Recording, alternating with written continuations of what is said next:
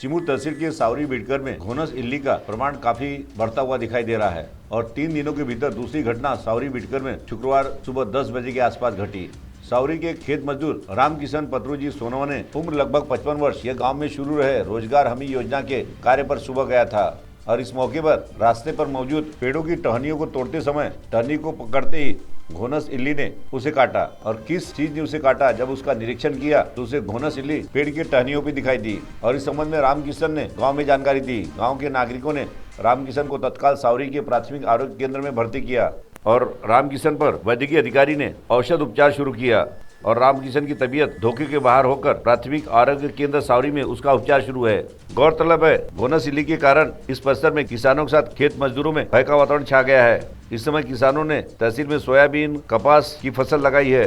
मगर इस वर्ष भारी बरसात के कारण उनका बहुत बड़े पैमाने पर नुकसान हुआ है। वहीं सावरी बिडकर में घोनस इल्ली के कारण सभी में दहशत निर्माण हो चुकी है और इस इल्ली का मानवीय शरीर को स्पर्श होने पर शरीर में वेदना शुरू हो जाती है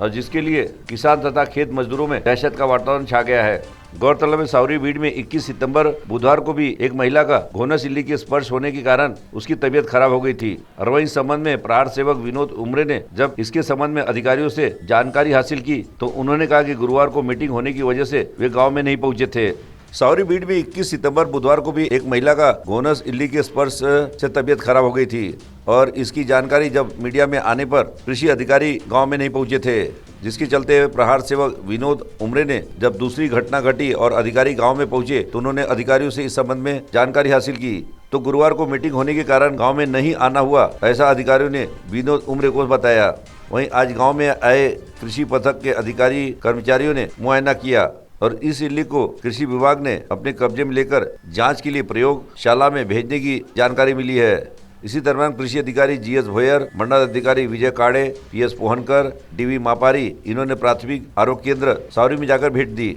सिटी के लिए हमारे विशेष प्रतिनिधि बालू सातपुते की रिपोर्ट।